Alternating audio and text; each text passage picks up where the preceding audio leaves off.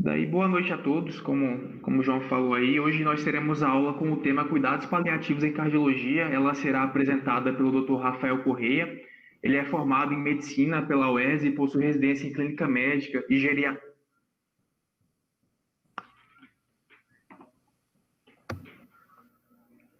Ele é formado em Clínica Médica e Geriatria. Isso.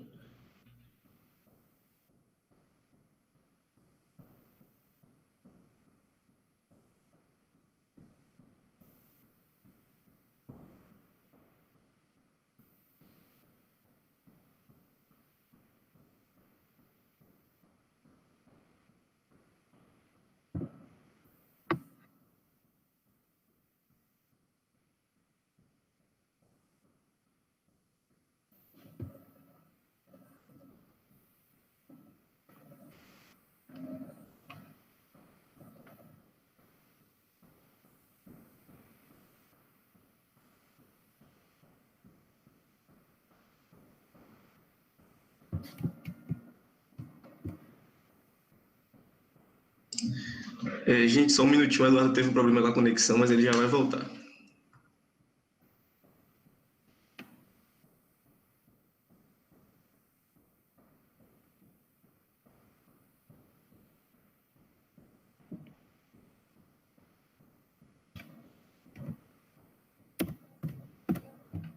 Bom, gente, desculpa, eu caí aqui.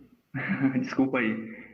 Então, continuando o que eu estava falando, o professor Rafael, o doutor Rafael, ele é formado pela medicina, pela faculdade UESB, né? Possui residência em clínica médica e geriatria pelo HCUFMG.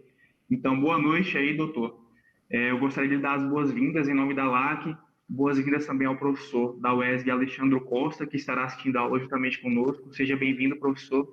E de antemão, gostaria de convidar todos vocês a se inscreverem no canal do YouTube da LAC, seguirem a LAC nas redes sociais, nosso Instagram é @LACUESB, e entrarem também no nosso grupo do Telegram para terem acesso a resumos, artigos, e ficar atualizado aí no que acontece no mundo da cardiologia. Então eu passo a palavra agora para o professor Rafael e uma boa aula a todos. Excelente, excelente. Obrigado, Eduardo. É uma plataforma nova para mim, então, se tiver alguma dificuldade, pode me comunicar, tá? Por favor. Não consigo me olhar aqui na plataforma, então, se não estiver aparecendo a imagem. No momento aqui, para mim, está aparecendo o slide de tela cheia. Está aparecendo aí também para vocês? Para a gente está a tela reduzida ainda. Que estranho. Mas se não tiver problema para o senhor, acho que dá para a gente ver assim também. Aqui eu maximizei. Maximizou aí? Ainda não, professor. Ainda não, né? Deixa eu voltar aqui, eu vou interromper a janela.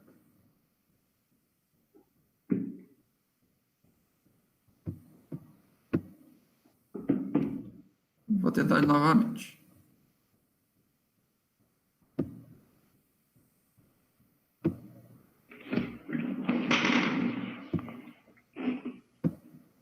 Pronto. Foi. Apareceu aí a tela cheia agora? Agora sim. Agora sim. Perfeito. Então, iniciado zero. Obrigado. Gostaria de agradecer pela oportunidade de participação nessa liga acadêmica, tá? Assim, gostaria bastante de agradecer mesmo às instituições que fazem parte, os estudantes que fazem parte dessa liga acadêmica. Eu que sou professor da FASA, fui aluno da UESB. Agradeço também pela participação do professor Alex. Eu sou fã do professor Alex, ele é muito bom, ele participou de uma forma decisiva na minha formação médica, então aprendi bastante com ele, tá bom? E hoje eu vou fazer aqui com vocês uma conversa em relação a cuidados paliativos em cardiologia, ok?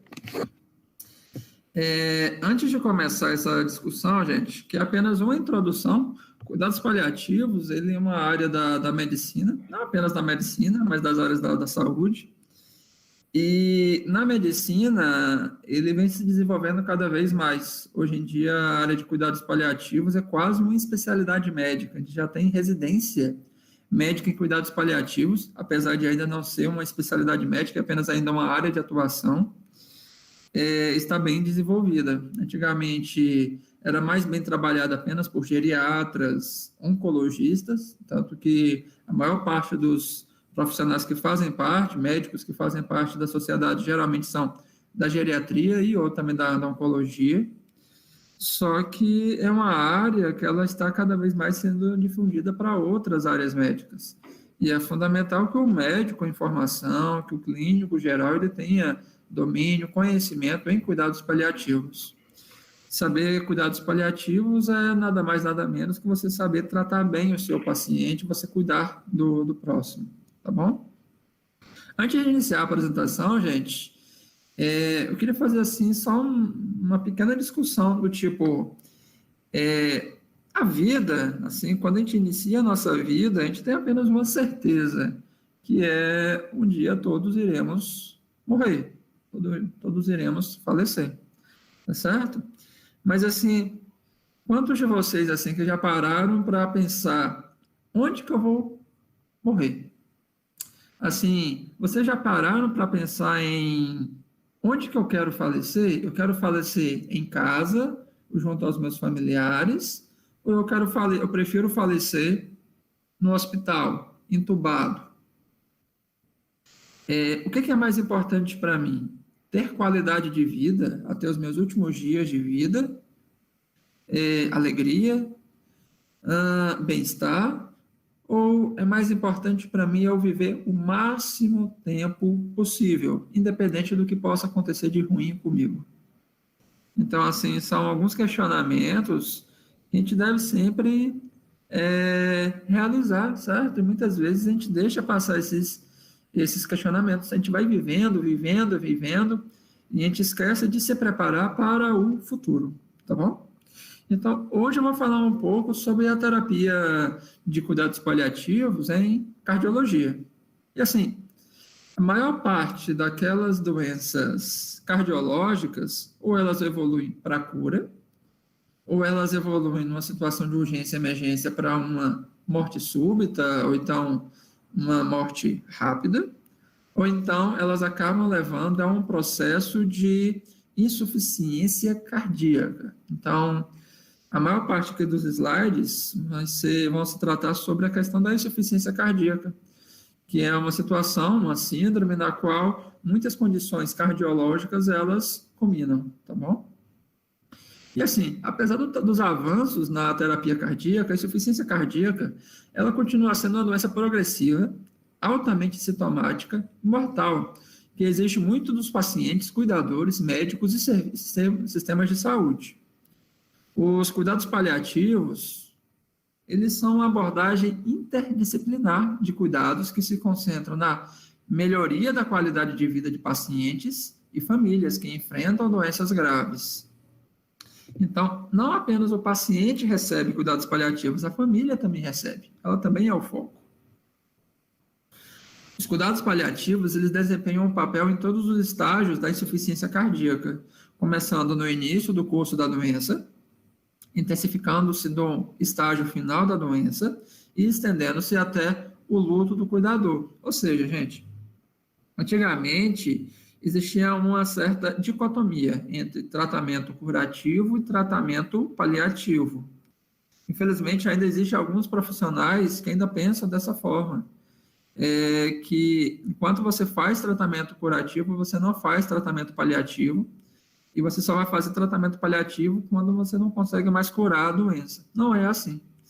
A definição moderna, ela coloca que o cuidado paliativo ele é indicado para todo e qualquer paciente no momento de uma situação clínica na qual ela é incurável, ou que ela é potencialmente ameaçadora à vida da pessoa, certo? Então, assim, fiz um diagnóstico de demência de Alzheimer, fiz um diagnóstico de um câncer, por exemplo, câncer de pâncreas, fiz um diagnóstico de insuficiência cardíaca, de DPOC.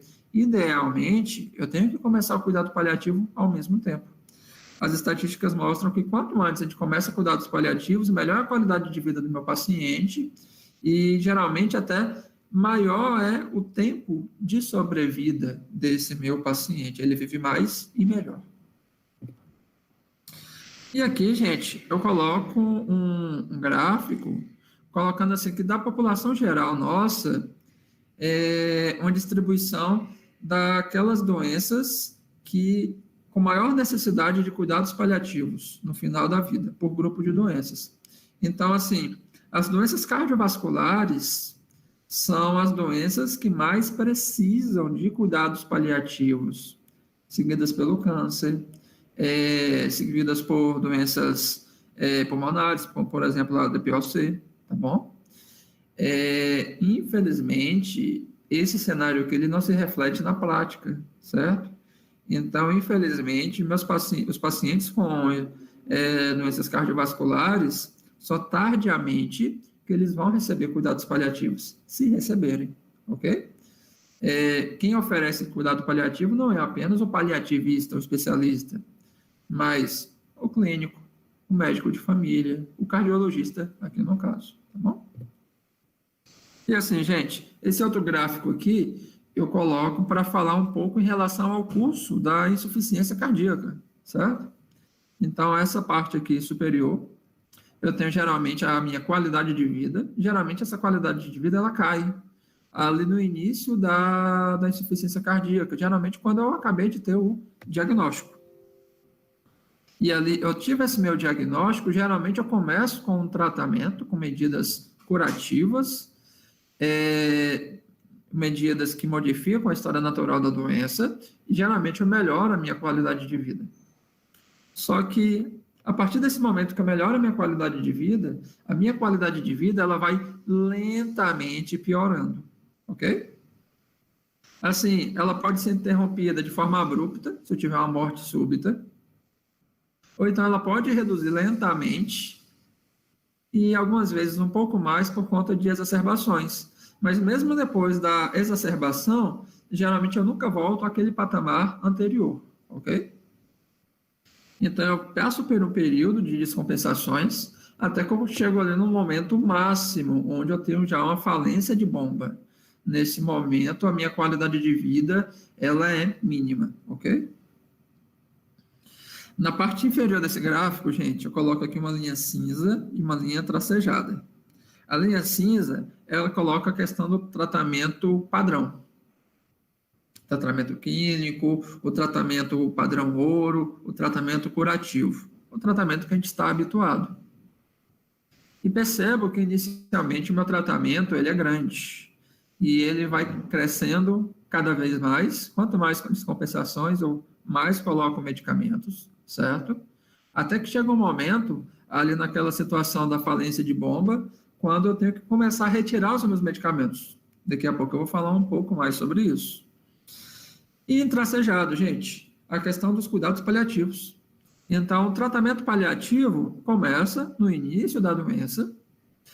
No início da doença, geralmente, nas fases iniciais, ele está presente, em menor parcela, mas ele sempre está presente. E ele vai cada vez mais tomando espaço. Quando chega naquele momento de fase avançada da doença, fase terminal da doença, quando eu já tenho uma falência de bomba já bem estabelecida, o cuidado paliativo geralmente ele é máximo. Mas percebam, são dois tipos de tratamento que eles ocorrem em paralelo, não é? Terminou um, começou o outro, tá bom? E esse é um grande erro que existe.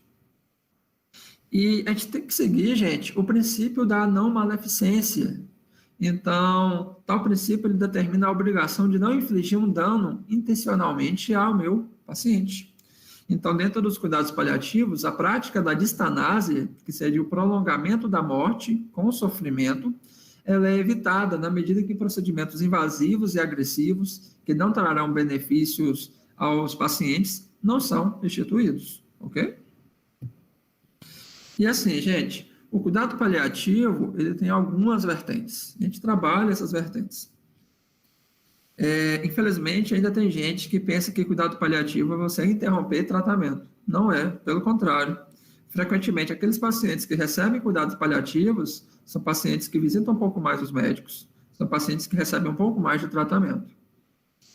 O tratamento não é apenas sintomático, eu faço tratamento também de apoio à decisão.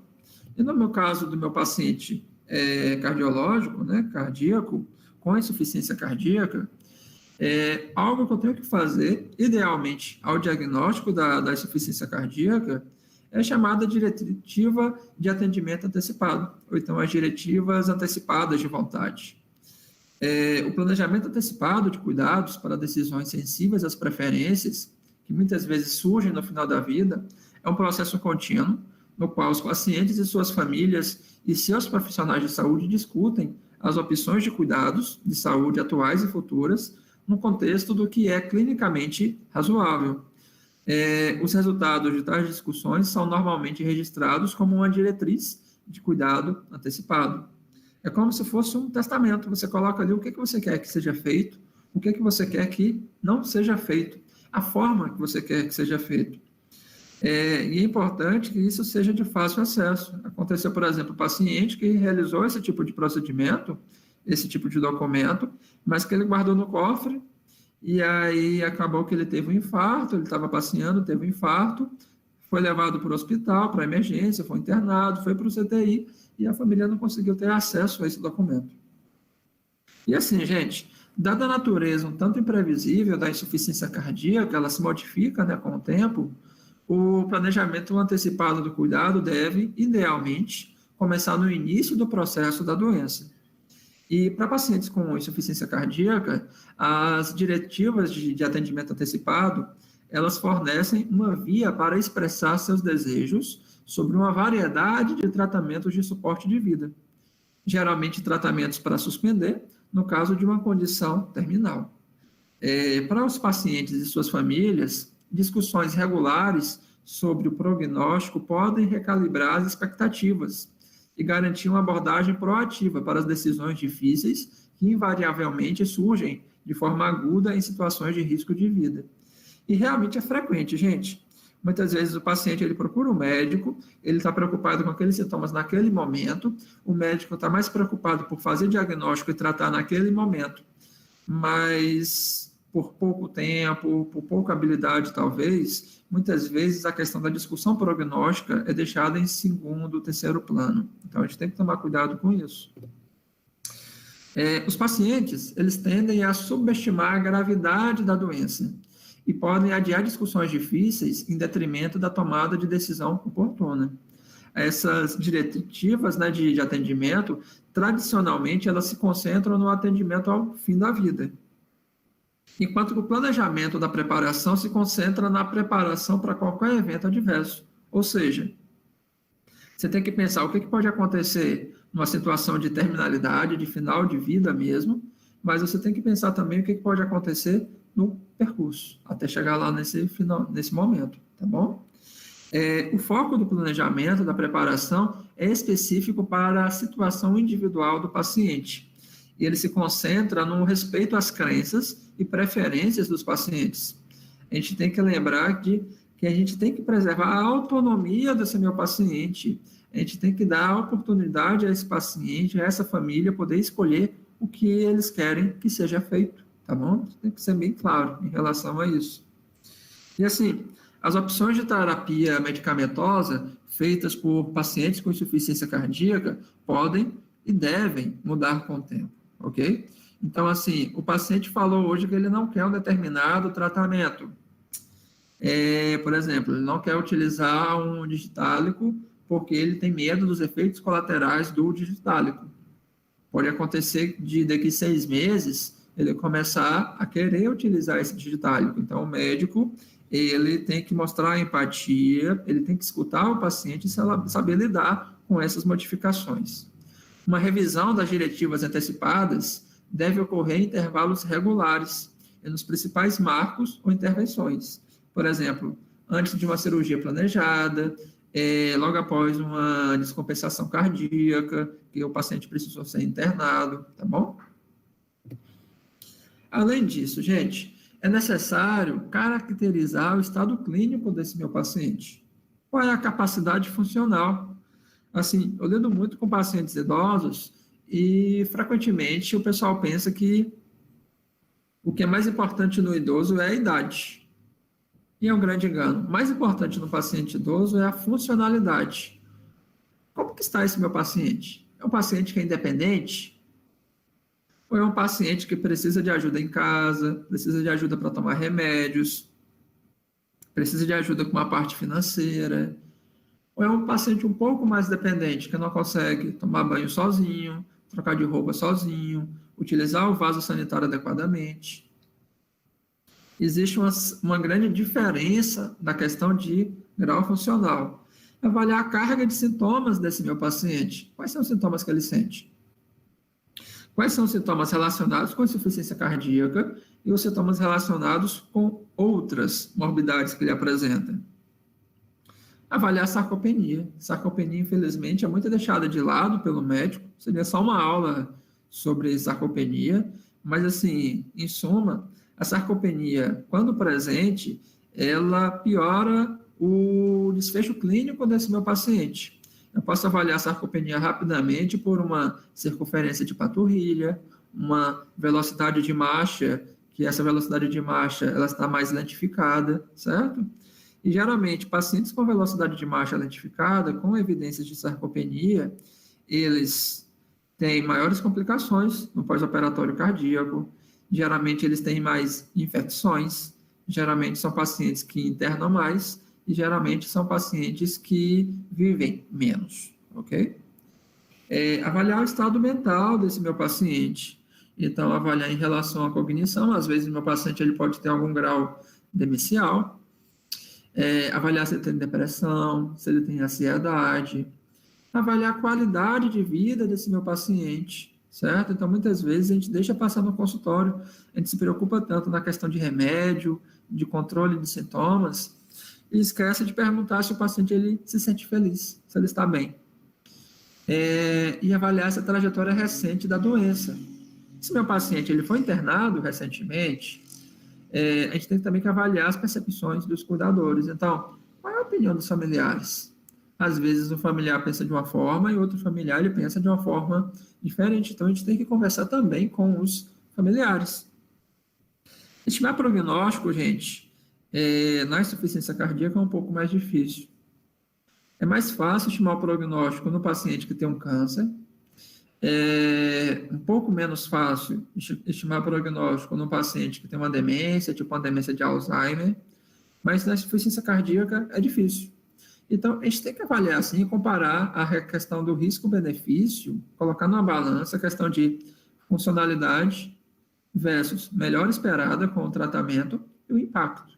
Por exemplo, um paciente que tem uma demência de Alzheimer, que ele já tem uma grande limitação, que ele não consegue mais fazer coisas básicas em casa, até mesmo para tomar banho ele tem dificuldade, e para trocar de roupa também por conta da cognição. E ele começou a apresentar uma estenose aórtica com indicação teórica de troca valvar. Será que vale a pena eu fazer essa troca valvar nesse meu paciente? Por quê? Porque pode acontecer, claro, se eu não fizer a troca valvar, esse meu paciente ele vai evoluir nos próximos 2 anos até mesmo para o óbito. Existe essa chance, é grande, a partir do momento que ele esteja sintomático.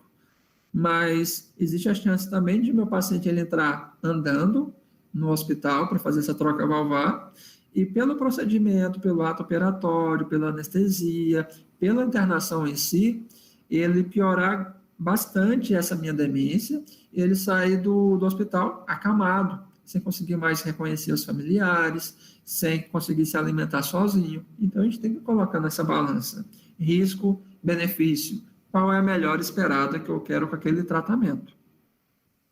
Verificar também, gente, valores e crenças do paciente. Então, a gente precisa identificar os principais objetivos da vida e conhecer as preferências de cuidados gerais. A gente tem que trabalhar com a espiritualidade, saber o que é importante para esse paciente. Não apenas a questão religiosa, mas, assim, o que faz bem para esse paciente.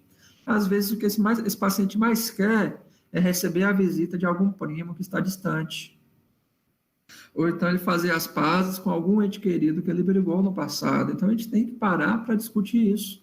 Discutir espiritualidade na consulta médica faz parte da boa prática médica. É importante também avaliar os tratamentos, revisar terapias para comorbidades, potenciais interações medicamentosas, efeitos colaterais.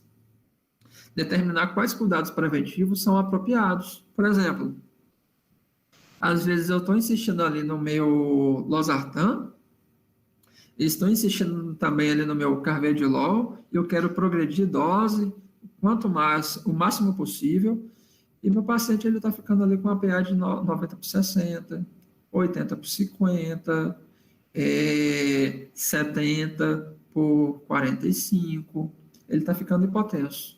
E a hipotensão, ela é deletéria. Assim, os trabalhos, eles colocam que existe uma curva em J.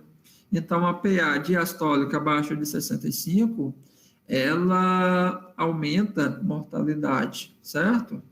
Também a gente pode piorar a qualidade de vida com isso. Tomar cuidado com profilaxias. Por exemplo, paciente acima de 70 anos recebendo profilaxia primária com AS, os estudos eles não mostram tanto benefício. Um paciente recebendo profilaxia primária com estatina acima de 75 anos, os estudos também não mostram tanto benefício. E a gente tem que lembrar que esses medicamentos, eles também trazem risco para o paciente. Estatinas podem causar rabdomiólise, a aspirina ela pode causar hemorragia digestiva, existe o risco, por exemplo, do paciente ter uma queda e por conta dessa utilização do AS, ter um hematoma subdural, que provavelmente ele não poderá ser abordado e evoluir com perda de qualidade de vida, com déficit cognitivo, com demência. Então, a gente tem que trabalhar e pensar quando que a gente deve retirar esses medicamentos. Além disso, gente, discutir sobre possíveis intercorrências durante os procedimentos que a gente vai tentar fazer, procedimentos cardiológicos. Por exemplo, o paciente vai fazer uma cirurgia cardíaca, um reparo, uma troca de válvula, ou então um bypass coronariano. E esse tratamento ele pode até reduzir os sintomas da insuficiência cardíaca com o tempo. Só que ele envolve enorme risco de morbidade e mortalidade em curto prazo. Então, a gente tem que ser sincero com o paciente, com a família, e falar o risco e o benefício. O implante de um CDI, por exemplo, ele pode até mesmo reduzir o risco de morte súbita, só que ele não consegue melhorar os sintomas de insuficiência cardíaca. Então, às vezes, o paciente ele, com CDI, ele acaba piorando a qualidade de vida, paradoxalmente, porque ele começa a ter aqueles choques, aquilo ali pode interferir na questão da qualidade de vida dele, e a doença você não vai conseguir mudar os sintomas, que é o que realmente compromete a saúde desse paciente. Tomar cuidado, assim, pacientes com tratamentos como transplante de coração, transplante cardíaco, que trocam uma doença por outra. O paciente até pode deixar de ter uma insuficiência cardíaca, mas ele passa a ser um paciente pós-transplante. Até que ponto isso é vantajoso para esse paciente? Ter que utilizar medicamentos imunossupressivos, tem um risco de reações, efeitos colaterais desses imunossupressores, certo? A questão do acompanhamento também, que tem que ser mais especializado, viagens longas, sobretudo para pacientes que moram no interior. Procedimentos não cardíacos, por exemplo, uma prótese de quadril, para os quais os benefícios e riscos devem ser revisados no contexto dos riscos concorrentes de insuficiência cardíaca. Muitas vezes, esse meu paciente com insuficiência cardíaca avançada, ele não é elegível para fazer uma cirurgia ortopédica. Pensar também em terapias de suporte, por exemplo, uma terapia inotrópica intravenosa, uma hemodiálise, drenos pleurais e tubos de alimentação, que geralmente eles são iniciados durante a descompensação aguda e podem continuar a ser necessários por um período de tempo imprevisto, mas que podem também piorar a qualidade de vida desse meu paciente, podem causar sofrimento, paradoxalmente. Nessa questão de apoio à decisão, gente, a gente tem que lembrar que as discussões elas devem incluir uma gama de resultados esperados, incluindo não apenas a sobrevivência, mas também os principais eventos adversos, qualidade de vida, carga de sintomas, limitações funcionais, perda de dependência e obrigações para os cuidadores. A decisão ela tem que ser compartilhada, certo? o médico ele tem que dividir essa responsabilidade e tem que dividir esse direito com o paciente e familiares. Ora, agora, gente, eu vou conversar um pouco com vocês em relação aos manejos de sintomas da insuficiência cardíaca, em relação a cuidados paliativos. O manejo dos sintomas é um componente fundamental dos cuidados paliativos para a insuficiência cardíaca. O manejo meticuloso das terapias para a insuficiência cardíaca é um componente crítico da paliação dos sintomas. E assim, sintomas como dispneia, fadiga, redução da capacidade de exercício, né, aeróbica, dor, depressão, ansiedade, insônia, piora da função cognitiva, são comumente vistos em pacientes com insuficiência cardíaca. E alguns desses sintomas aqui, infelizmente, muitas vezes passam batido pelo médico que está avaliando esse paciente. Quando a insuficiência cardíaca ela se aproxima do estágio final, ela tem mais efeitos sobre a qualidade de vida do que qualquer outra doença avançada. Uma insuficiência cardíaca em fase avançada, ela é mais deletéria para esse paciente do que um câncer metastático, do que uma demência de Alzheimer em fase avançada. E a gente tem que lembrar disso.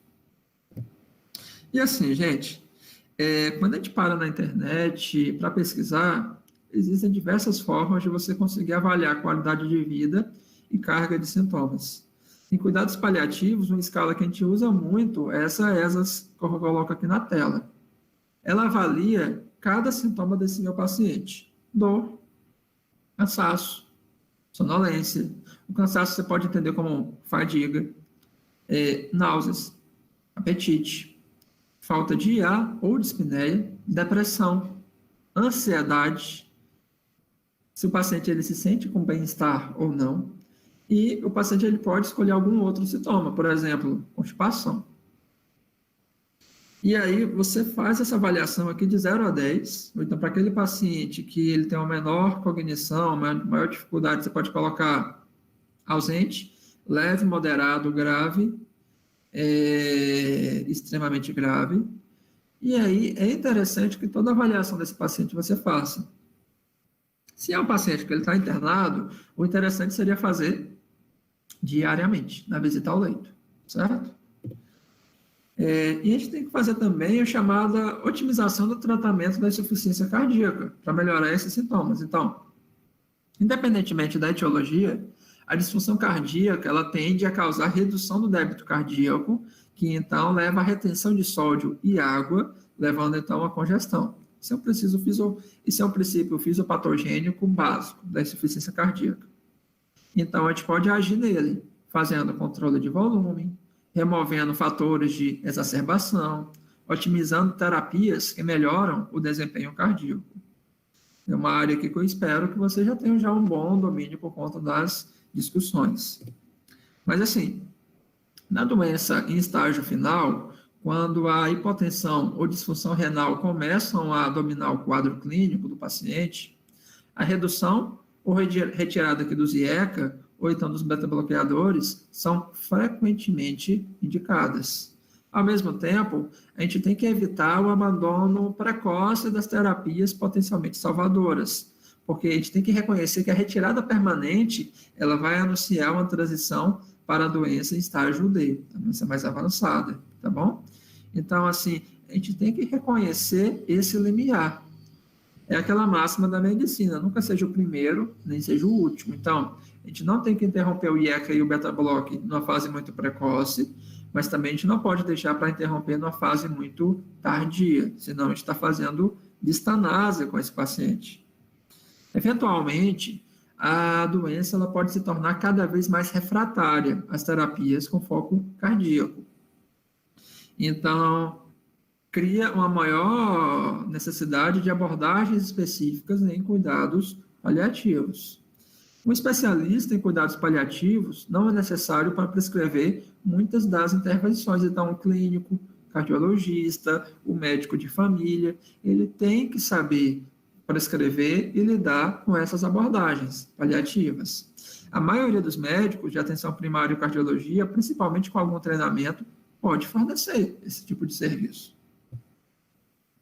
Então, agora, gente, eu vou falar sintoma por sintoma, os principais, ok?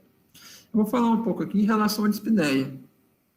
Beleza, fiz lá o meu tratamento curativo, coloquei lá diurético de alça, coloquei lá também digitálico, coloquei lá também vasodilatadores, certo? Vasodilatadores diretos, e o paciente ele não está respondendo. Então, para pacientes com dispneia refratária a intervenções hemodinâmicas, as diretrizes internacionais elas recomendam a utilização de opioides. A morfina, ela melhora a tolerância ao exercício e o óleo de espinéia relacionado ao exercício em pacientes com insuficiência cardíaca. Geralmente, baixas doses de opioides são suficientes para alcançar o alívio da dispneia. Como a resposta pode aumentar durante a primeira semana de tratamento, apenas aumentos cautelosos da dose devem ocorrer dentro de uma semana. Lembrar, gente, que geralmente os opioides, eles levam à constipação. Então, os laxantes, eles devem ser administrados junto com os opioides, para prevenir a constipação. Muitas vezes o médico até prescreve o opioide, mas ele esquece de colocar uma lactulona, por exemplo, associada. E assim, a função renal, gente, ela é prejudicada na insuficiência cardíaca avançada, de modo que a oxicodona, que é um opioide, ela pode ser preferida à morfina, pois os metabólitos ativos da morfina excretados por via renal podem causar efeitos adversos. Lembrar que não apenas a morfina, mas assim, alguns antidepressivos, por exemplo, a duloxetina, ela é contraindicada quando o paciente tem um clearance de creatinina abaixo de 30, tá bom? Mas voltando aqui, os médicos, eles relatam medo de efeitos respiratórios adversos e dependência como barreiras importantes para a prescrição de opioides, apesar dos estudos que mostram evidências limitadas de efeitos adversos significativos. E assim, infelizmente acontece isso, gente.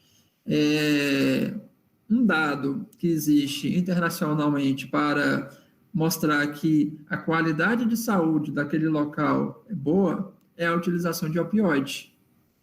Geralmente, aqueles países que são mais avançados em termos de saúde, de abordagem médica, são países que utilizam mais opioides. Quanto menos você utiliza opioide na sua região, provavelmente menor é a qualidade de assistência médica daquela região, tá bom? Existe uma grande concentração da utilização de opioides em países desenvolvidos. Infelizmente, gente, os clínicos eles ainda têm medo de opioides, da utilização de opioides, mas essa utilização ela melhora muito a sensação de desconforto, que muitas vezes é angustiante, sobretudo na fase final da vida, nas últimas horas a dias antes do processo de falecimento.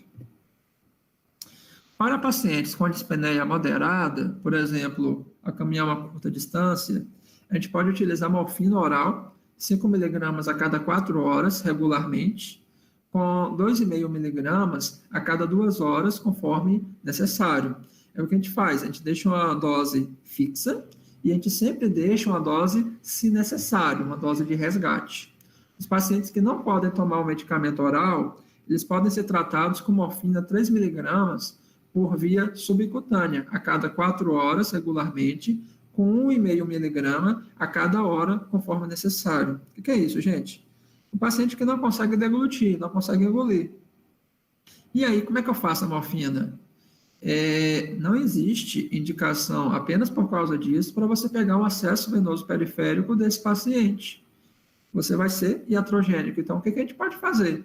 Fazer um procedimento chamado hipodermóclise. É um procedimento no qual a gente consegue administrar fluido, a gente consegue administrar alguns medicamentos a esse paciente por via subcutânea. É muito mais seguro, tem menos intercorrências, eu posso deixar esse paciente mais tempo em casa, certo? E tem muito menos dor associada. Frequentemente, o paciente que tem acesso periférico, ele pode ter flebite, ele pode ter que ser furado várias vezes, porque ele vai perdendo esse acesso, tá bom? Às vezes é necessário no paciente internado você pegar lá uma jugular externa, certo? Então, a hipodermóclise, ela faz parte do arsenal terapêutico, faz parte também da abordagem paliativista. Para pacientes com dispneia grave, por exemplo, em repouso ou com esforço mínimo, a gente pode utilizar morfina em bolos subcutâneo ou IV, de 2,5 mg. Se a dispneia ela não for controlada, as doses intravenosas podem ser repetidas a cada 15 a 30 minutos, se necessário, e bem toleradas. As doses subcutâneas, elas podem ser repetidas a cada 30 a 60 minutos, se necessário, e se elas forem bem toleradas.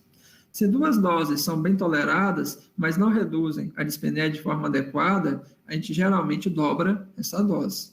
Após o tratamento inicial, com a administração em bolos, continue com a dosagem regular guiada pelas doses em bolos utilizadas. Ou seja, a gente tem que lembrar de realizar ajuste da dose diária conforme a necessidade, certo? Então, a gente verifica a quantidade de morfina que foi utilizada em 24 horas, somando a dose fixa e a dose de resgate, faz um cálculo e determina qual vai ser a dose do próximo dia, dos próximos dias.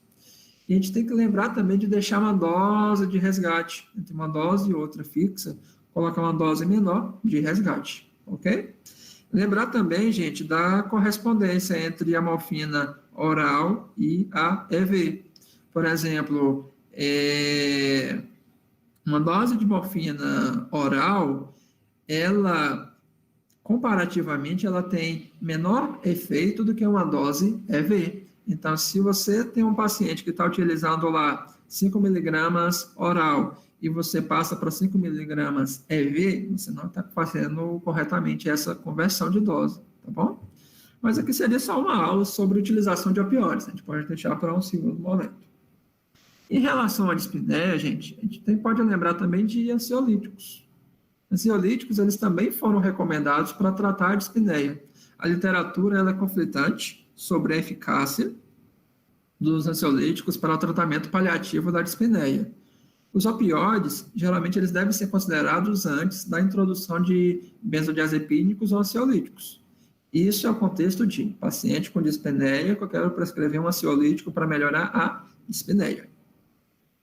Por outro lado, quando a dispneia é acompanhada de ansiedade, o tratamento com ansiolítico ele pode ser considerado, com avaliação cuidadosa dos efeitos adversos desse meu ansiolítico. Sempre preferência para antidepressivo, para um ansiolítico, do que para um benzodiazepínico. Geralmente o benzodiazepínico ele é mais sedativo, ok? Outra forma de manejar essa dispneia em cuidados paliativos é a oferta de oxigênio suplementar, que pode ser no domicílio do paciente. Mas, assim, o oxigênio suplementar, ele deve ser reservado para pacientes com hipóxia documentada. Se o meu paciente está saturando 95, 96, o oxigênio suplementar ele não trará benefícios. A ventilação com pressão positiva noturna, não invasiva, ela não demonstrou também em estudos randomizados fornecer um benefício. E, portanto, ela também não deve ser prescrita com base em uma insuficiência cardíaca ou indicação cardiovascular, tá bom? Querem ver, gente? Tem trabalho que compara oferecer oxigênio domiciliar, que é uma terapêutica cara, com um ventilador. E os trabalhos, eles mostram que um ventilador, muitas vezes, ele é melhor, ele é mais benéfico, ele melhora mais essa dispneia. Então, você colocar um ar fresco nesse paciente, muitas vezes, a sensação de dispneia melhora, tá bom? Lembrar que a dispneia, ela é uma sensação, é o paciente que te fala que está com dispneia. Exercícios. Então, a reabilitação cardíaca e outros exercícios físicos podem reduzir a dispneia e melhorar a resistência e a qualidade de vida em pacientes com a NIRA 2 e 3. Evidências preliminares sugerem que o treinamento muscular inspiratório pode melhorar a capacidade de exercício em pacientes com insuficiência cardíaca crônica. E assim, gente, o papel do exercício em pacientes com insuficiência cardíaca NIRA 4 ainda não foi bem definido, embora haja evidências de que os exercícios específicos para fortalecer os músculos da coxa em pacientes com IC avançada, melhorem a dispneia. Então, é um pouco conflitante. A gente pode tentar fazer, e se o paciente não tolerar, a gente pode pensar em reduzir.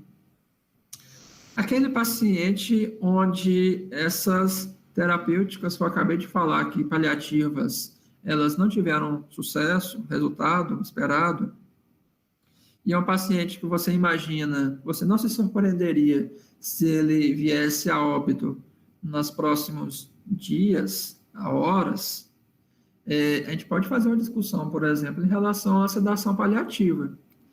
Realizar sedação paliativa não é realizar eutanásia, pelo contrário. Sedação paliativa é uma forma de você evitar distanase. Então, entre os pacientes no final da vida, a dispneia, às vezes, ela causa um sofrimento grave que não pode ser aliviado com medidas padrão. Nesses casos, o uso da sedação paliativa ela é proporcional ao alívio do sofrimento, incluindo doses tituladas para atingir a inconsciência, se necessário, uma estratégia aceita. Você pode começar a colocar ali um benzodiazepínico, infusão contínua, para ter um grau de sedação no qual o paciente ele não sofra mais por conta da dispneia. A sedação paliativa ela se refere ao uso de medicamentos, opioides, benzodiazepínicos, para reduzir a percepção do paciente dos sintomas refratários, diminuindo seu nível de consciência.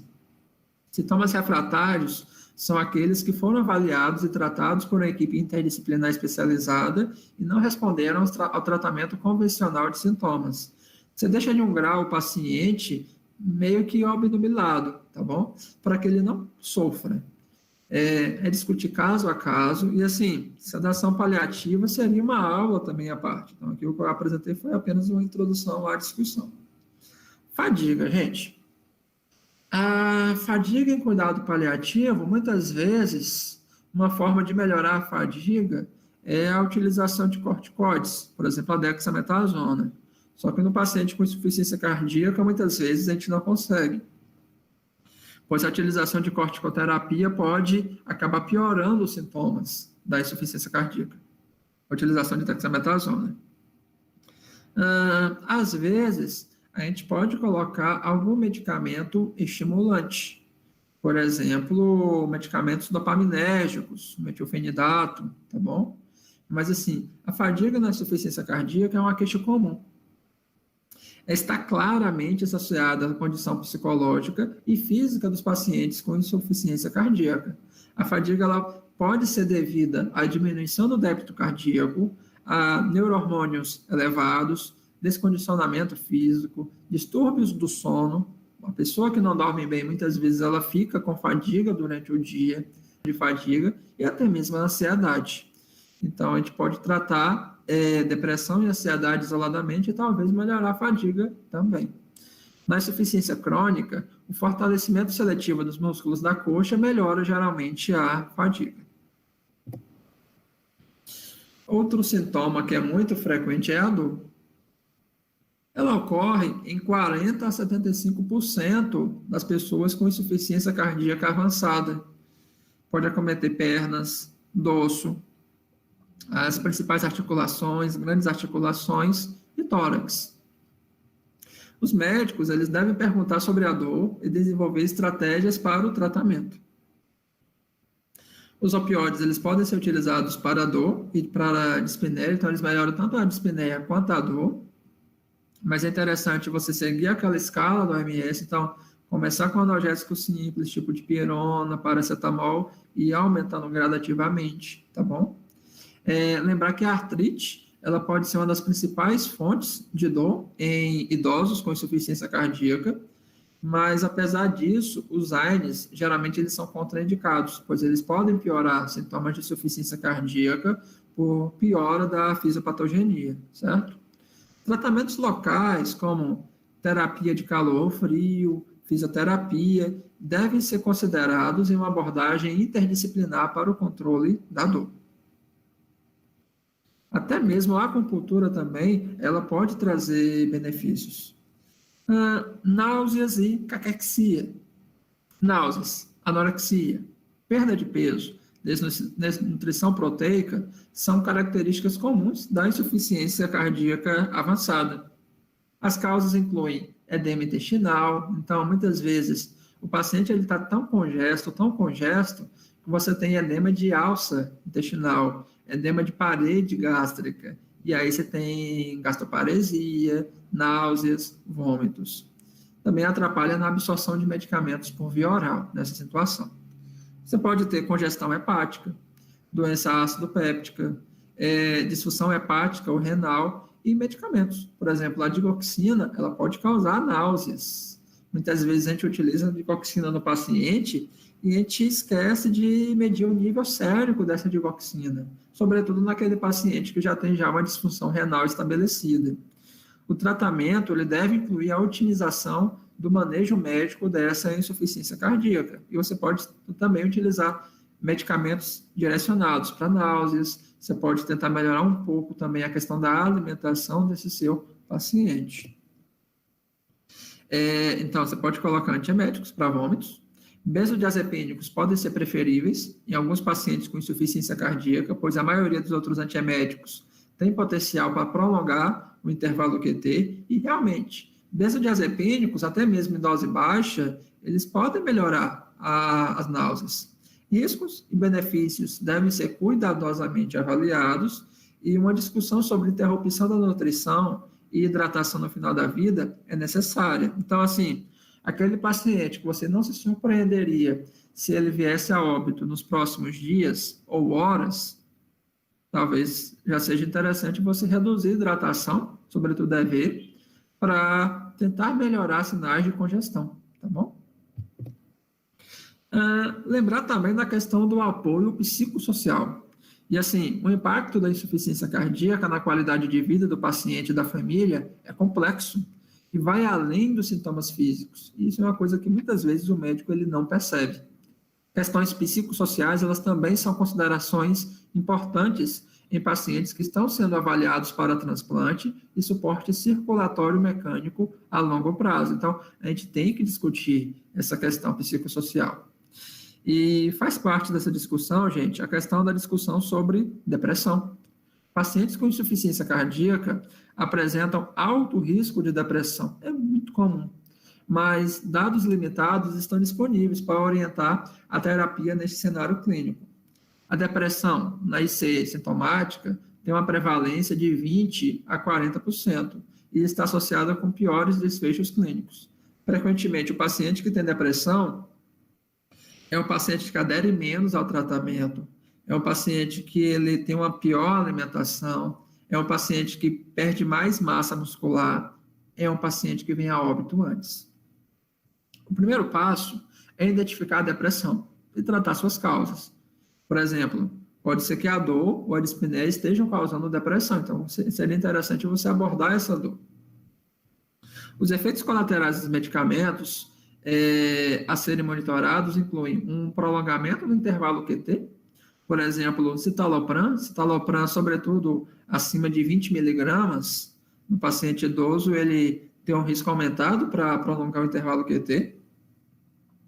Antidepressivos tricíclicos, como nortriptilina, amitriptilina, a clomipramina, também podem prolongar o intervalo QT. E hiponatremia, sobretudo inibidores seletivos da recaptação da serotonina. As evidências, elas sugerem que a sertralina seja um antidepressivo que seja mais seguro em pacientes cardiopatas. Um outro antidepressivo também que seria um pouco mais seguro seria o escitalopram. Mirtazapina também é um medicamento que é interessante. Ele tem uma ação que consegue melhorar também náuseas, vômitos.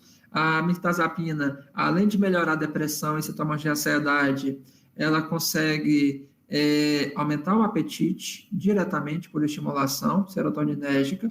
E a mirtazapina, ela também consegue melhorar o sono da noite, que frequentemente esses pacientes têm insônia. Assim, gente, é necessário também discutir em relação ao suporte emocional, espiritual e social. A perda da função física e social é significativa nesses pacientes. Pacientes com insuficiência cardíaca podem estar assustados e preocupados com a morte, sobrecarregando suas famílias e experimentando desesperança, isolamento, deficiência e incerteza quanto ao seu curso. Por vezes, o paciente ele mostra aquele medo através de um sintoma somático, uma dispneia, uma dor. Às vezes, é um paciente que ele se isola socialmente porque ele está com medo da morte, ele não quer que as pessoas vejam a situação que ele está naquele momento, tá bom? Abordagens para as questões espirituais e luto antecipatório, como aquelas usadas em outras doenças avançadas, são apropriadas na insuficiência cardíaca.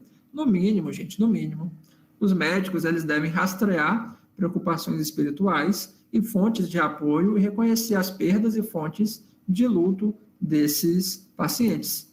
Lembrar, gente, que o cuidado paliativo ele não se encerra no momento que o paciente ele morre. O cuidado paliativo ele continua, então você tem que fazer acompanhamento de luto com essa família, tá bom? Espiritualidade também seria uma aula à parte, um capítulo de cuidados paliativos, essa parte da espiritualidade. Continuando, gente, discutir a questão do manejo do final da vida. Então, o cuidado no final da vida refere-se aos processos de atendimento e as necessidades médicas, sociais, emocionais e espirituais dos pacientes que estão próximos da morte. Deve-se abordar e reavaliar as decisões do paciente sobre o tratamento, incluindo inotrópicos intravenosos, o CDI, suporte circulatório mecânico, e tomar decisões sobre o local da morte, sobre serviços domiciliares e sobre cuidados paliativos. Então, vou falar um pouco sobre esse manejo. As decisões do paciente sobre o tratamento devem ser reavaliadas ao longo do tratamento, porque as decisões podem mudar com o tempo. É aquilo que eu falei lá no início, gente, sobre as diretivas antecipadas. Por exemplo, local. Um componente importante do planejamento de cuidados ao fim da vida é determinar se o paciente e os cuidadores se sentiriam mais confortáveis em passar seus últimos dias a semanas em casa ou em um ambiente hospitalar. Entretanto, o atendimento domiciliar ele pode não ser uma opção para alguns pacientes que dependem de terapias que só podem ser fornecidas no hospital. Por exemplo, uma infusão ali de dobutamina, por exemplo, um suporte circulatório mecânico temporário, por exemplo, uma terapia de substituição renal contínua, hemodiálise contínua, tá bom? Então, a gente tem que ver se aquela família ela consegue. Frequentemente, aquela família que inicia cuidado paliativo numa fase mais precoce é uma família que tem menor necessidade de procurar o serviço de pronto atendimento, de internações domiciliares numa fase mais avançada da doença, tá bom? Vamos lá. Em relação a tratamentos invasivos, algo que eu queria falar é o uso ou a retirada de inotrópicos intravenosos. Por exemplo, a infusão contínua de dobutamina ou da amiodarona, ela pode fornecer paliação em um pequeno subconjunto de pacientes com insuficiência cardíaca em estágio terminal com disfunção sistólica. Eu realmente já tive paciente assim, que era um paciente que atingiu um certo grau de intratabilidade clínica, que ele não conseguia mais ter alta do hospital porque ele estava preso à bomba de infusão com dobutamina, ali na enfermaria, certo? Geralmente, a gente suspende os beta-bloqueadores antes do início do inotrópico, tá bom? Para não ter um efeito antagonizante. E, geralmente, uma vez iniciado como terapia paliativa, os inotrópicos contínuos são continuados até o final da vida ou até que haja uma grande mudança na abordagem desse tratamento do paciente. Outra discussão, gente, que aqui também seria uma aula à parte, é um capítulo à parte, é a questão sobre desativação do CDI. As decisões sobre a desativação de dispositivos cardíacos são frequentemente mais complexas do que a decisão de implantar. Se colocar um CDI é muito mais fácil do que você pensar em retirar esse CDI. Estudos mostram que a maioria dos pacientes com CDIs não entende como que eles funcionam ou que existe a opção de desativá-los. E os médicos raramente discutem essa desativação do CDI. O resultado é que os CDIs permanecem ativos até e frequentemente durante a morte. Então, por vezes, ali o paciente ele falece tomando choque atrás de choque, choque atrás de choque. Você não muda a história natural da doença, mas você aumenta ali o sofrimento do paciente. Então, acaba que você está numa situação de distanásia. Você está causando sofrimento para o seu paciente. O desligamento da função do desfibrilador deve ser apresentado como uma etapa simples, que pode ser consistente com o objetivo de preservar a qualidade de vida durante o processo de morrer. O objetivo, gente, sempre deve ser preservar a qualidade de vida, a dignidade desse paciente, exceto na presença de taquicardia ventricular recorrente, tempestade, né, de TV. A desativação da função de choque do CDI não causa nenhuma alteração perceptível imediata para o paciente. Ele não vai ver nenhuma mudança. A função de choque do CTI, ela é desativada pela reprogramação do dispositivo. Uma consulta com cuidados paliativos pode ajudar a esclarecer os objetivos dos cuidados. Então, geralmente, a gente faz uma discussão conjunta. O médico especialista em cuidados paliativos, o cardiologista e, por exemplo, o clínico que está acompanhando esse paciente. E a gente pode chamar também outros integrantes da equipe multiprofissional. A decisão de desativar qualquer função de marca-passo associada deve ser tomada de forma separada, pois isso envolve a consideração das indicações para a terapia de marca-passo, ok? A desativação emergente para interromper choques repetidos pode ser realizada para a maioria dos dispositivos, depende um pouco da marca, do modelo, tá bom? Colocando-se, por exemplo, um ímã projetado para marca-passos sobre o CDI. Enquanto o ímã estiver ali no lugar, o CDI não detectará e não aplicará estimulação anti-taquicardia ou choques. Mas, como eu falei, seria uma aula à parte. A gente tem que fazer também, gente, o chamado apoio aos cuidadores. Frequentemente, a gente encontra uma sobrecarga do cuidado. É aquela família que se aproxima do paciente quando tem o diagnóstico, mas depois ela desaparece e aí ficam 2 familiares cuidando desse paciente. E muitas vezes também a gente tem uma sobrecarga financeira, muitos medicamentos que por vezes eles não são bem indicados, traz uma carga financeira, por vezes consultas médicas que não necessariamente são bem indicadas, por vezes rotina de exames laboratoriais, por exemplo, você ficar solicitando triglicérides para esse paciente que a estimativa de vida dele é menor do que 1 ano, menor do que 2 anos. Às vezes não compensa. Você ficar solicitando ureia toda hora para esse paciente, dosagem de magnésio toda hora para esse paciente. Então, a gente tem que pensar um pouco, por que você está pedindo aquele exame? Qual é o objetivo? Porque você pode trazer uma sobrecarga financeira. E assim, muitas vezes não é fácil tirar esse paciente de casa. Às vezes, para esse paciente sair de casa, precisa da contratação de uma ambulância. É um serviço caro, tá bom? E assim, gente, como saber quando que um tratamento é fútil em cuidados paliativos? Então, a gente tem que raciocinar. Qual é o prognóstico do paciente? Que benefício trará tal medida ao paciente? Quais são os danos? Que danos tal medida poderá acarretar? Qual é a opinião do paciente e da família a esse respeito?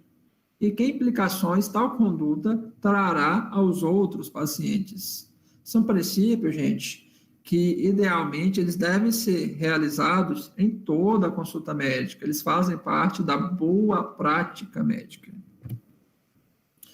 E aí vem algumas discussões um pouco mais difíceis, porque assim, você interrompeu uma hemodiálise com a desculpa de que o paciente não está dando conta, ele sempre volta pior da hemodiálise, é um pouco mais fácil. Mas, por exemplo, ressuscitação cardiopulmonar. A escolha pela ordem de não ressuscitar ainda é pouco discutida com os pacientes em nosso país. Na nossa prática médica, ainda muito paternalista, propicia imensa dificuldade aceitar a ideia de não ressuscitar, tá bom? Para nossos pacientes, Optar pela ordem de não ressuscitar significa escolher morrer. A aceitação da morte não ocorre no mesmo momento, nem da mesma forma para os indivíduos. O ideal, gente, é que essa decisão ela seja tomada em conjunto. Então, paciente, família, equipe, que tem como papel principal o fornecimento de conhecimento técnico que irá auxiliar a tomada da decisão. Esclarecer aos envolvidos que, após as manobras de RCP, não surgirão alternativas milagrosas para o controle da doença, em boa parte dos casos, e que as perspectivas de prognóstico não se alterarão. Por exemplo, o paciente que, além da insuficiência cardíaca, tem uma neoplasia metastática, ok? Que não é passível de tratamento curativo. O paciente ele poderá ficar ainda pior após essa manobra de ressuscitação, mais dependente, com mais dor, fraturas e maior sofrimento. Por exemplo, é um paciente que ficou ali meia hora recebendo reanimação, no que ele volta, o cérebro dele não mais funciona. Então, a qualidade de vida dele piora bastante. Ele vai começar a ter várias lesões por pressão. Então, a gente tem que individualizar, claro, discutir caso a caso, mas a gente tem que lembrar de fazer isso. Optar pela ordem de não ressuscitar não é sinônimo de eutanásia ou suicídio assistido. Mas, por outro lado, é uma opção consciente pela melhor conduta com a intenção de viver da melhor forma possível, não sendo realizadas manobras invasivas e agressivas para a manutenção de funções e sinais vitais que traduzem uma vida com mínima qualidade quando chegar no fim. Outra discussão, gente, é em relação à ventilação mecânica. E assim, a ventilação mecânica, em nosso contexto, ela pode ser dividida em duas esferas. Quando não implementamos a ação, ou seja, não entubamos o paciente, e quando retiramos a ação, ou seja, extubamos o paciente que se encontrava previamente no respirador. Em nosso país, aqui no Brasil, a questão de extubação sequer aparece nas discussões, pois está intimamente ligada às interpretações duvidosas sobre eutanásia. Entretanto, nos Estados Unidos, essa prática, embora não seja tão frequente, aparece já bem mais documentada e é bastante diferenciada da eutanásia. Aqui também seria uma aula à parte a questão de extubação paliativa. Mas a gente sabe, gente, que a grande parte de nossos pacientes apresentará dispneia em seus momentos finais, seja por doença primária, secundária, ou mesmo pela fadiga intensa. E nesses casos, colocar o paciente em prótese ventilatória não só implica em futilidade terapêutica, pois sabemos da não reversibilidade do quadro clínico, como pode implicar distanásia, pois estaremos prolongando o sofrimento dele.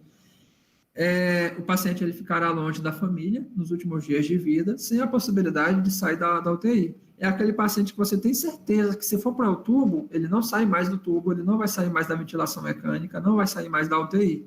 Ficará lá 1 mês, 2 meses, 3 meses na UTI, e virá a óbito longe da família, causando sofrimentos para os familiares.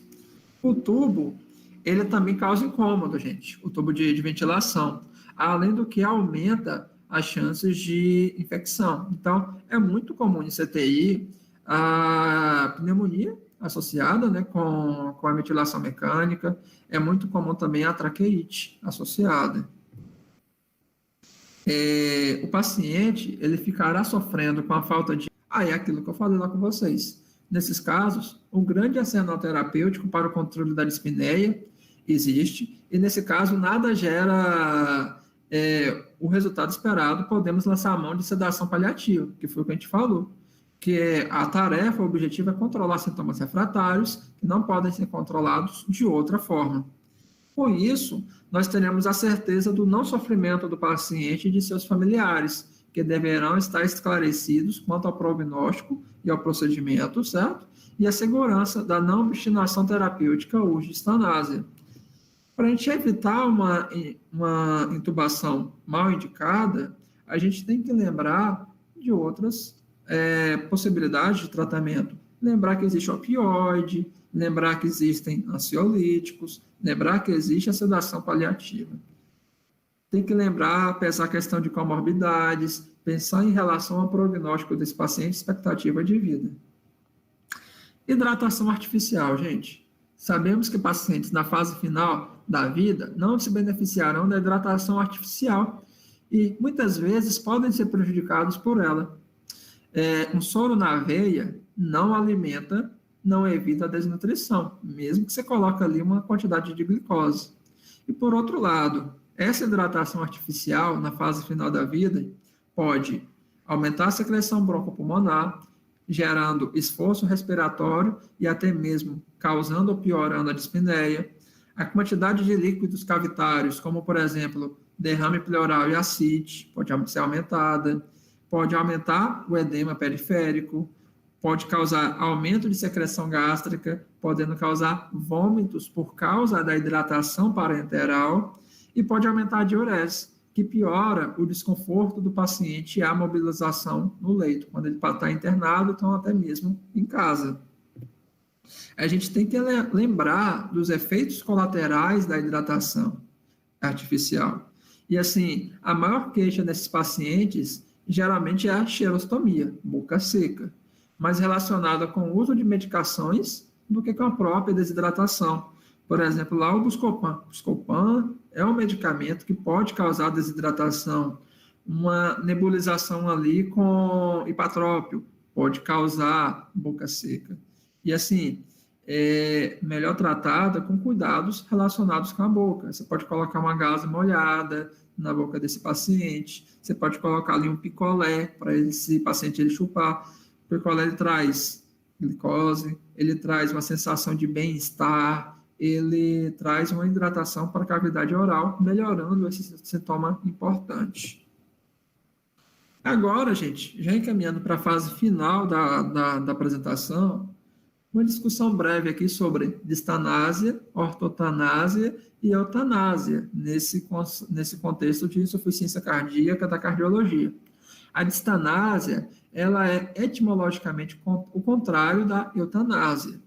A distanásia, ela consiste em atrasar o máximo possível o momento da morte, usando todos os meios, proporcionados ou não, ainda que não haja esperança de alguma cura, e ainda que isso signifique infligir ao moribundo sofrimento adicional e que, obviamente, não conseguirão afastar a inevitável morte, mas apenas atrasá-la umas horas ou uns dias em condições deploráveis para o enfermo.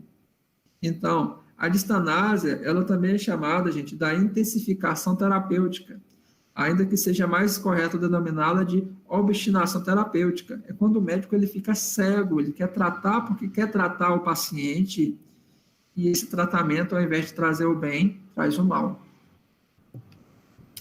No aspecto jurídico, a distanásia ela não é permitida no Brasil. Então, se a eutanásia é proibida, a distanásia também, de acordo lá com o artigo 5º, inciso 3º da Constituição Federal. Ninguém será submetido à tortura nem a tratamento desumano ou degradante. A dignidade humana é um direito de todas as pessoas e está ordenado na legislação brasileira. A gente tem que lembrar disso. O artigo 13 do novo Código Civil, ele fala que, salvo por exigência médica, é defeso o ato de disposição do próprio corpo quando importar diminuição permanente da integridade física ou contrariar os bons costumes. Pelo fato assim, do médico ser quem decide o que será exigido de acordo com suas razões técnicas, esse artigo ele entra meio que em confronto com o artigo 15, que diz que ninguém pode ser constrangido a submeter-se, com risco de vida, a tratamento médico ou intervenção cirúrgica. E assim, gente, o Código de Ética Médica, ele fala um pouco também em relação a isso.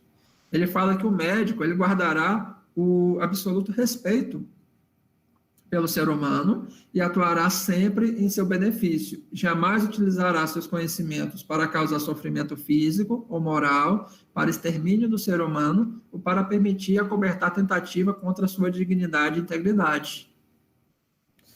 Da mesma forma, lá no Código de Ética, ele fala lá que é vedado ao médico abreviar a vida do paciente, ainda que a pedido deste ou de seu representante legal. Nos casos de doença incurável e terminal, deve o médico oferecer todos os cuidados paliativos disponíveis, sem empreender ações diagnósticas ou terapêuticas inúteis ou obstinases, a distanásia, levando sempre em consideração a vontade expressa do paciente ou, na sua impossibilidade, a de seu representante legal, quando o paciente ele não consegue mais se expressar. Então, gente, para quase finalizar a apresentação, como conclusões finais, é fundamental a boa relação médico-paciente-família. O objetivo de viver mais e melhor deve ser alcançado, então, ter qualidade de vida e evitar sofrimento. O âmbito espiritual deve ser lembrado durante todo o acompanhamento do paciente cardiológico e a família ela é lembrada, portanto, assistida também após a morte do paciente, no período de luto. O cuidado paliativo, gente, nada tem a ver com a eutanásia, como muitos ainda querem entender. Essa relação ainda causa decisões equivocadas quanto à realização de intervenções desnecessárias e enorme dificuldade em prognosticar paciente portador de doença progressiva e incurável e definir a linha tênue e delicada do fazer e do não fazer. Quando que eu retiro aquele losartan desse meu paciente? Quando que eu retiro aquele carvedilol desse meu paciente?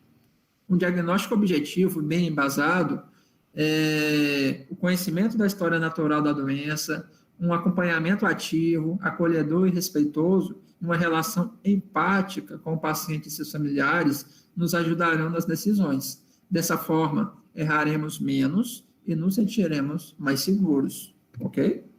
Para finalizar, gente, eu tenho aqui meus contatos, meu perfil no Instagram, tá bom? Sugiro lá acompanhar, geralmente eu faço algumas postagens em saúde, faço algumas discussões, meu e-mail, e uma frase para terminar, gente. Afinal de contas, o que eu muitas vezes não é de um medicamento, mas apenas ser devidamente ouvido e valorizado. A gente tem que lembrar que o objetivo principal é o paciente e a família, e não a doença. Lembrar que o objetivo tem que ser a qualidade de vida. Muito bem, gente. Obrigado. Obrigado, professor. Professor Alex, queria fazer algum comentário? Gostaria de fazer algum comentário?